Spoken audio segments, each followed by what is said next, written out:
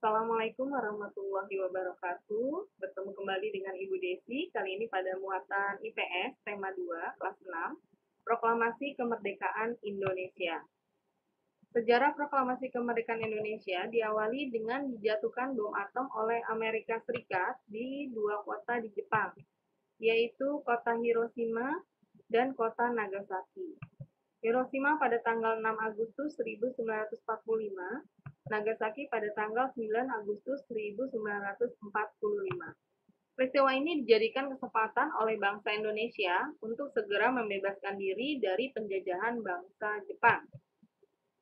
Teks proklamasi pada tanggal 17 Agustus 1945 dini hari di ruang makan Rumah Laksamada Tadashi Maeda dirumuskanlah naskah atau teks proklamasi kemerdekaan Indonesia oleh 3 orang pemimpin Indonesia, yaitu Bapak Soekarno, Muhammad Hatta, dan Ahmad Subarjo. Disaksikan 3 tokoh pemuda, yaitu Sukarni, Sudiro, dan BM Dia. Ini adalah gambar dari Rumah Laksamana Tadashi Maeda. Soekarno sendirilah yang menuliskan naskah atau teks proklamasi kemerdekaan Indonesia itu di atas sehelai kertas. Sedang Bung Hatta dan Mr. Ahmad Subarjo merumuskan secara lisan. Ini adalah gambar dari tulisan Bapak Soekarno. Pada pukul 4 pagi, Soekarno secara lisan membacakan teks proklamasi kemerdekaan Indonesia. Setelah disetujui, naskah diketik oleh Sayuti Melik. Ini adalah hasil ketikannya. Kemudian pada pukul 10 waktu Indonesia Barat, di tempat kediaman Soekarno, Jalan Pegangsaan Timur nomor 56 Jakarta, diadakan upacara pengumuman proklamasi kemerdekaan Indonesia. Kemudian bendera merah putih yang telah dijahit oleh Ibu Fatmawati dikibarkan oleh Latif Hendraningrat Suhud dan SK Trimurti. Ini adalah rumah kediaman dari Bung Karno yang berada di Jalan Pegangsaan Timur 56 Jakarta. Makna proklamasi kemerdekaan yaitu yang pertama sebagai puncak perjuangan Indonesia, kedua pengakuan kepada dunia luar, yang ketiga menaikkan martabat bangsa, keempat perjuangan sebagai negara baru, kelima tonggak sejarah negara Indonesia. Perjuangan mempertahankan kemerdekaan Indonesia setelah proklamasi kemerdekaan Indonesia 17 Agustus 1945, bangsa Indonesia masih harus berjuang mempertahankan kemerdekaan Indonesia dari gangguan bangsa asing yang datang.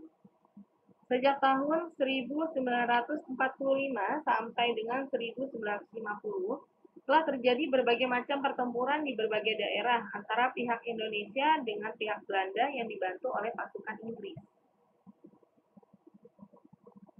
Ini pertempuran Surabaya, pertemuan Surabaya terjadi pada tanggal 10 November 1945 di kota Surabaya antara pasukan Indonesia dan pasukan Inggris. Terjadi karena ultimatum Inggris agar pemimpin dan orang Indonesia yang bersenjata menyerahkan diri. Pertempuran berlangsung sangat dahsyat. Pasukan Inggris menggempur dari darat, laut, dan udara. Pertempuran Ambarawa terjadi di Ambarawa pada tanggal 12 Desember 1945 antara Tentara Keamanan Rakyat atau TKR dengan pasukan Inggris yang dibantu oleh Nika. Terjadi karena sekutu mengingkari janji perundingan damai. Indonesia berhasil merebut Ambarawa dan sekutu mundur. Bandung Lautan Api terjadi di kota Bandung pada tanggal 23 Maret 1946 antara pasukan Inggris, bagian dari Brigade McDonald, dengan Tentara Republik Indonesia atau TRI. Sekutu mengultimatum agar Bandung Utara dikosongkan oleh penduduk Indonesia, termasuk pasukan bersenjata. TRI bersama milisi rakyat melakukan perlawanan secara gerilya dari luar Bandung. Upaya mempertahankan kemerdekaan Indonesia tidak hanya dilakukan melalui pertempuran, namun juga dilakukan melalui jalur diplomasi, perjanjian, dan perundingan. Ini adalah perjanjian Linggarjati antara Indonesia dan Belanda di Linggarjati, Jawa Barat. Perjanjian ditandatangani secara sah oleh kedua negara pada tanggal 25 Maret 1947. Hasil perundingannya yang pertama yaitu Belanda mengakui secara de facto wilayah Republik Indonesia yaitu Jawa, Sumatera, dan Madura. Yang kedua, Belanda harus meninggalkan wilayah Republik Indonesia paling lambat tanggal 1 Januari 1949. Ketiga, pihak Belanda dan Indonesia sepakat membentuk negara Republik Indonesia Serikat atau RIS. Yang keempat, dalam bentuk RIS, Indonesia harus tergabung dalam Commonwealth atau Persemakmuran. Perjanjian Linggarjati ini menimbulkan pro dan kontra di kalangan masyarakat Indonesia.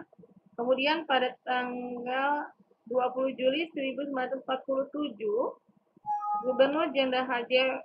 Van Mook akhirnya menyatakan bahwa Belanda tidak terikat lagi dengan perjanjian ini. Pada tanggal 21 Juli, meletuslah agresi militer Belanda saat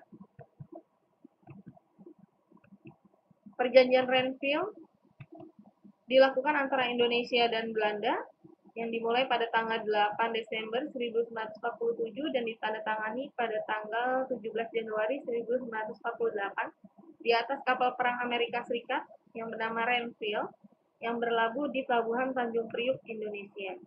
Perundingan ini ditengahi oleh Komisi 3 negara, yaitu Amerika Serikat, Australia, dan Belgia. Delegasi Indonesia dipimpin oleh Amir Syarifuddin, delegasi kerajaan Belanda dipimpin oleh R. Abdul Qadir Wijoyo Atmojo. Hasil perundingannya yaitu yang pertama, Belanda hanya mengakui Jawa Tengah, Yogyakarta, dan Sumatera sebagai bagian wilayah Republik Indonesia. Yang kedua, disetujuinya sebuah garis yang memisahkan wilayah Indonesia dan daerah pendudukan Belanda. Yang ketiga, TNI harus ditarik mundur dari daerah-daerah kantongnya di wilayah pendudukan di Jawa Barat dan Jawa Timur. Ini adalah gambar dari kapal Renville. Kemudian perjanjian Romroyen. Perjanjian ini dimulai pada tanggal 14 April 1949 dan ditandatangani pada tanggal 7 Mei 1949 di Hotel Des Indes, Jakarta. Nama perjanjian ini diambil dari kedua pemimpin delegasi, yaitu Muhammad Rom dan Herman van Rooyen. Tujuan perjanjian ini adalah untuk menyelesaikan beberapa masalah mengenai kemerdekaan Indonesia sebelum KMB di Den Haag. Hasil pertemuannya yang pertama, Angkatan Bersenjata Indonesia akan menghentikan semua aktivitas gerilya. Pemerintah Republik Indonesia akan menghadiri KMB. Pemerintah Republik Indonesia dikembalikan ke Yogyakarta. Yang ketiga, Angkatan Bersenjata Belanda akan menghentikan semua operasi militer dan membebaskan semua tawanan perang. Ini adalah gambar dari Bapak Rom dan Rooyen. Konferensi Meja Bundar. Hasil dari konferensi Meja Bundar atau KMB yang terjadi di Den Haag, ini di Belanda, yaitu yang pertama, Belanda mengakui RIS sebagai negara merdeka dan berdaulat. Yang kedua, status Irian Barat diselesaikan dalam waktu setahun sesudah pengakuan kedaulatan. Yang ketiga, akan dibentuk Uni Indonesia Belanda. Keempat, RIS mengembalikan hak milik Belanda dan memberikan hak konsesi dan izin baru untuk perusahaan-perusahaan Belanda. Kelima, pengambil alihan utang Hindia Belanda oleh Republik Indonesia Serikat. Dinamakan konferensi meja bundar karena meja yang digunakan itu berbentuk bundar atau oval, ya, seperti pada gambar. Upaya bangsa Indonesia meningkatkan kesejahteraan rakyat di awal masa kemerdekaan Indonesia, yaitu melakukan pinjaman nasional, konferensi ekonomi, pembentukan badan perancangan ekonomi, rencana Kasimo, dan persatuan tenaga ekonomi. Ya, demikian materi untuk IPS, ya, tentang proklamasi kemerdekaan Indonesia. Sampai bertemu lagi dengan Ibu Desi pada materi selanjutnya. Wassalamualaikum warahmatullahi wabarakatuh.